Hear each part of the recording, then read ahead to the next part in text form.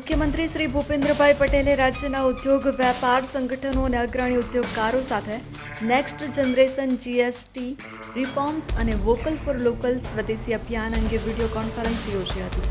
નાણામંત્રી શ્રી, ઉદ્યોગ મંત્રી શ્રી, ઉદ્યોગ રાજ્યમંત્રી શ્રી, ગૃહ રાજ્યમંત્રી શ્રી તેમજ રાજ્ય સરકારના વરિષ્ઠ અધિકારીઓની ઉપસ્થિતિમાં આયોજિત આ વર્ચ્યુઅલ બેઠકમાં 225 જેટલા ઇન્ડસ્ટ્રી એસોસિએશન અને 3500થી પણ વધુ વેપારીઓ, ઉદ્યોગકારો પણ જોડાયા હતા. મુખ્યમંત્રીશ્રીએ જણાવ્યું કે માનનીય વડાપ્રધાન શ્રી નરેન્દ્રભાઈ મોદીના નેતૃત્વમાં થયેલા જીએસટી રિફોર્મ્સ વિકસિત ભારતના સંકલ્પને વેગ આપવા સાથે ભારતને વિશ્વનું ઉત્પાદન હબ બનાવવામાં પણ ઉપયુક્ત થશે. તેમણે ઉમેર્યું કે હાલની વૈશ્વિક પરિસ્થિતિમાં માનનીય વડાપ્રધાનશ્રીએ ભવિષ્યના આગવા વિઝન સાથે આત્મનિર્ભરતાનો માર્ગ અપનાવ્યો છે.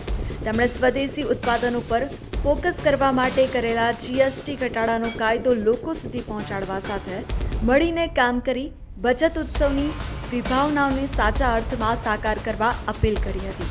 મુખ્યમંત્રીશ્રીએ વિકસિત ભારત 2047ના માનનીય વડાપ્રધાનશ્રીએ આપેલા કોલને ઉત્સાહથી ઝીલી લઈ ગુજરાત વિકસિત ભારત, આત્મનિર્ભર ભારત માટે પણ ઉદ્યોગ વેપાર સંગઠનોના સહયોગથી લીડ લેશે તેવો વિશ્વાસ દર્શાવ્યો હતો.